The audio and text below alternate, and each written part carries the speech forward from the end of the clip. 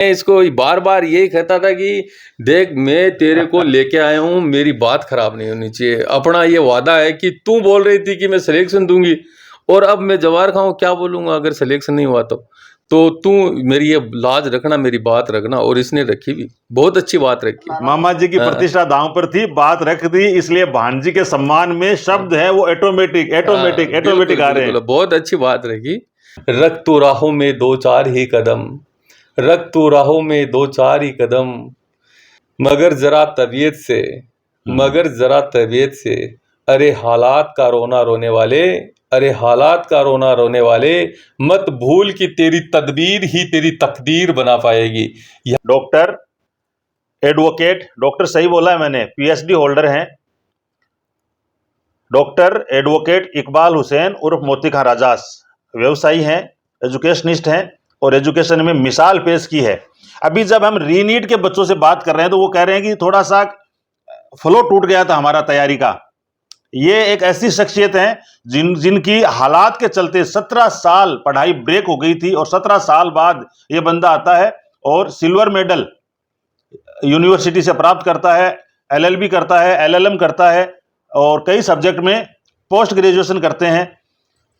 वकील साहब, कैसे शुरू हुआ अलविदा के डॉक्टर बनने की कहानी या एमबीबीएस गवर्नमेंट मेडिकल कॉलेज में जाने की कहानी कहाँ से शुरू होती है, आप शेयर करना चाहेंगे हमारे साथ? एक्चुअल में क्या सर, ये जब 10वीं क्लास पास की थी ना, तब मेरा तो क्या आपको पता ही है, शिक्षा के प्रति मैं बहुत जागरूक हूँ और बच्चों को मोटिवेट करता हूँ। तो ये 10वीं पास करने के बाद मेरे को बोली कि मामा जी मैं ये नीट कर दूंगी क्लियर, मुझे डॉक्टर बनना है।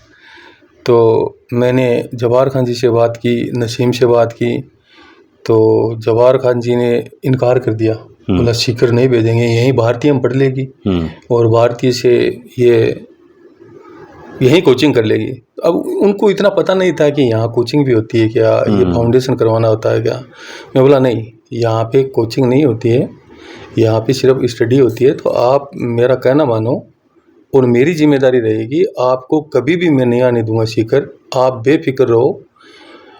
इसको भूल जाओ कि ये बच्ची की कोई भी प्रकार की समस्या है, फीस है, हॉस्टल है, कोई और अन्य है, डिजीज है तो दवा है, इसको पूरा भरोसा था। तो इसने मेरे को आश्वासन दिया, तो मैं इसको फिर जवाहर खान जी भी मेरी बात मान गए कि ठीक है आप बोल रहे तो ले जाओ, आप ही जिम्मेदार हो, आपके भरोसे ही छोड़ रहा हूँ। मैं बोला छोड़ो।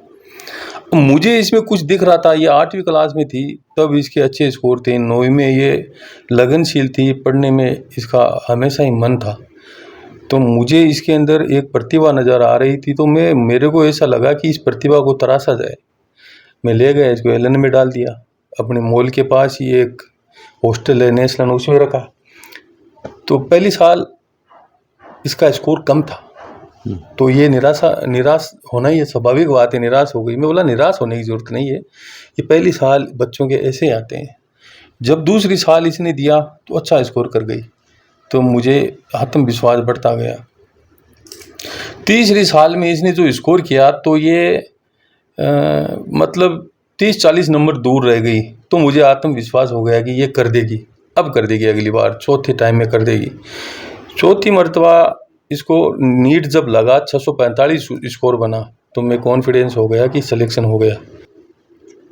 ये पेपर लीक हो गया। इसके बाद में इसको जब दोबारा एग्ज़ाम लगा तो इसको 584 आया, तो मैं और क्लियर श्योर हो गया कि कोई नहीं रोकने वाला। आपको किससे पता चला कट ऑफ ये रह रही है? ये मेरे पास के जो कोचिंग के जो संचालक है वो मेरे फ्रेंड है, 3-4 टीचर्स हैं, जो ओनर भी है, टीचर भी है, वो उन लोगों ने मेरे साथ साझा की कि 560-550 के आसपास ही मेरिट रहेगी, तो अपनी भांजी का एडमिशन हो भी जाएगा।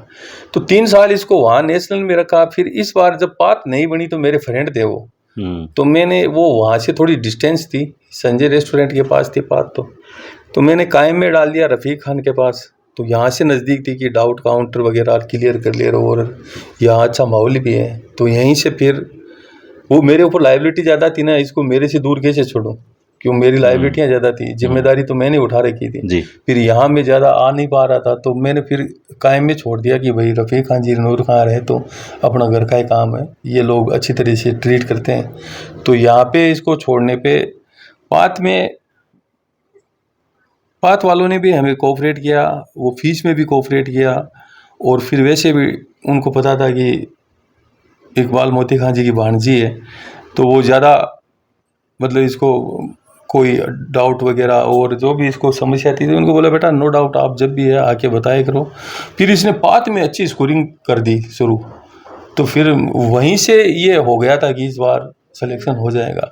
तो मैं सभी श्रोताओं को ये कहना चाहता हूँ कि आपके आसपास पड़ोस में कोई भी अगर प्रतिभा है और आपको पता चल रहा है कि ये प्रतिभा है, तो आप उस प्रतिभा को उठा के कोचिंग इंस्टीट्यूट या कोई अन्य संस्था जहाँ उससे रिलेटेड पढ़ाई से रिलेटेड कोई वहाँ पढ़ाई हो रही है, तो आप उसको वहाँ डालने में मदद करें, जिससे बच्चे का भविष्य बने, समाज में सुधार हो और अच्छा सकारात्मक परिणाम मिले। परिणाम अच्छे सकारात्मक आएंगे, बच्चों का भविष्य बनेगा, समाज सुधरेगा, हम आगे पहली लाइन में आएंगे। तो ऐसी एक ये हर लोगों में ऐसी भावना होनी चाहिए कि अगर कोई बच्चा पढ़ रहा है, उनके पेरेंट्स को अगर थोड़ा कम पता है और आपको अगर ज़्यादा पता है, तो आप उनको हाँ, अपने आस-पास पड़ोस में या कोई भी जानकार समाज का कोई बच्चा है या कोई अन्य समाज का बच्चा है और अगर उसमें प्रतिभा है, आपको ये पता चल रहा है कि ये बच्चा कुछ कर सकता है, इसमें काबिलियत है, तो आप निस्संदेह उसकी मदद करो, उनके पेरेंट्स को कन्विंस करो। तो अपने समाज में एक्चुअल में पेरेंट्स कम पढ़े लिखे हैं, ये मतलब कोई अतिशयोक्ति नहीं है, अपनी थोड़ी सी ये प्रॉब्लम है, मगर आप लोग जाके पढ़े लिखे आदमी हो, आपको इस चीज़ की समझ है, तो आप कन्विंस करो। तो जिससे क्या, कोई बच्चा अगर सिलेक्शन होता है तो समाज सुधरेगा, 1 परिवार, 2 परिवार, 5 परिवार, ऐसे समाज सुधरता है। तो मैं तो यही कहना चाहता हूँ बच्चों को कि भाई आप ज़्यादा से ज़्यादा पढ़ें, अपने परिवार समाज का नाम रोशन करें। जैसे एक शायरी है बच्चों के लिए, हौसला अफजाई के लिए, रख तू राहों में 2-4 ही कदम, रख तू राहों में 2-4 ही कदम, मगर जरा तबीयत से, मगर जरा तबीयत से, अरे हालात का रोना रोने वाले, अरे हालात का रोना रोने वाले, मत भूल कि तेरी तदबीर ही तेरी तकदीर बना पाएगी। यहाँ तदबीर का मतलब है तेरी कर्मठता, मेहनत ही तेरी तकदीर बना पाएगी।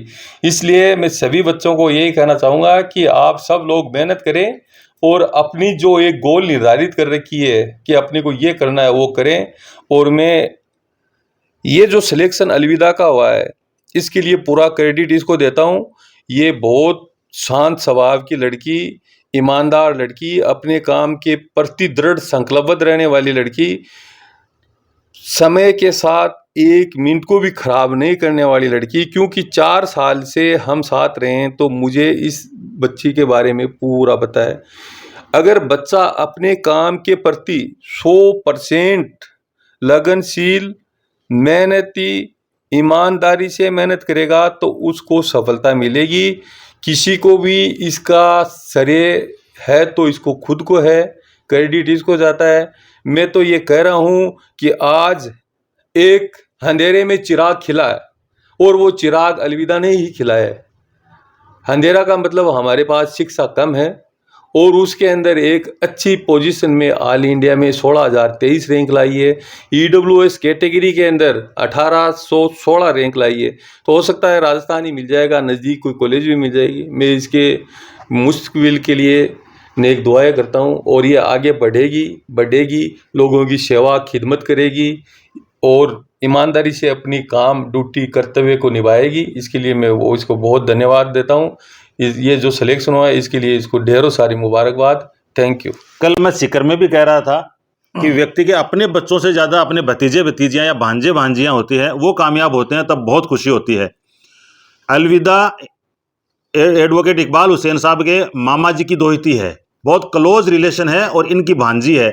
और भांजी होने के नाते अपने भरोसे पर सीकर ले गए थे और अपने अंडर में उस बच्ची को रखा, अच्छी खासी तैयारी करवाई और प्रतिष्ठा बचा दी। प्रतिष्ठा दांव पर थी मामा जी की। हाँ, बिल्कुल प्रतिष्ठा दांव पे थी। और मैं इसको बार बार यही कहता था कि देख, मैं तेरे को लेके आया हूँ, मेरी बात खराब नहीं होनी चाहिए। अपना ये वादा है कि तू बोल रही थी कि मैं सिलेक्शन दूंगी और अब मैं जवार खाऊं क्या बोलूंगा अगर सिलेक्शन नहीं हुआ तो तू मेरी ये लाज रखना, मेरी बात रखना। और इसने रखी भी, बहुत अच्छी बात रखी। मामा जी की प्रतिष्ठा दांव पर थी, बात रख दी, इसलिए भांजी के सम्मान में शब्द है वो ऑटोमेटिक ऑटोमेटिक ऑटोमेटिक आ रहे हैं। बहुत अच्छी बात रखी। ये बहुत सुशील व्यक्ति बच्ची है। इसको मतलब ईमानदारी से कहूँ तो बहुत कम बच्चे ऐसे होते हैं जो अपने कर्तव्य के प्रति, अपने काम के प्रति इतने समर्पण भाव से काम करने वाले बच्चे कम होते हैं। मैं देखता हूँ वहाँ पे 2014 से सीकर में यही देखता हूँ कि बच्चियाँ कैसे कैसे प्रकृति के होते हैं। बाकी इसकी प्रकृति अलग ही है और बच्चों से। ये बहुत एकदम मतलब बहुत सम्मानित लड़की है। मतलब इसमें जो भी गुण होने चाहिए ना वो सब प्रकार की इसके अंदर क्वालिटी है।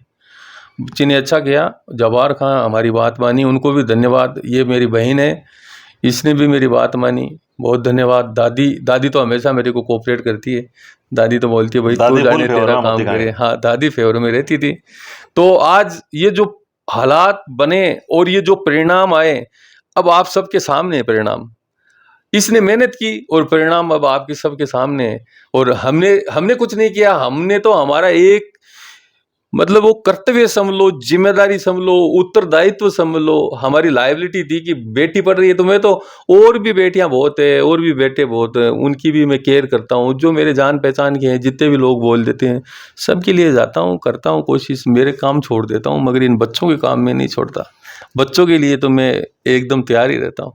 तो मामा भांजी को ये ऐतिहासिक जीत, अविस्मरणीय, जिसको शब्दों में बयां नहीं किया जा सकता, ऐसी जीत मुबारक हो। पूरा क्रेडिट अलविदा को जाता है। अलविदा अपनी जीत की नायिका है, खुद हीरो है।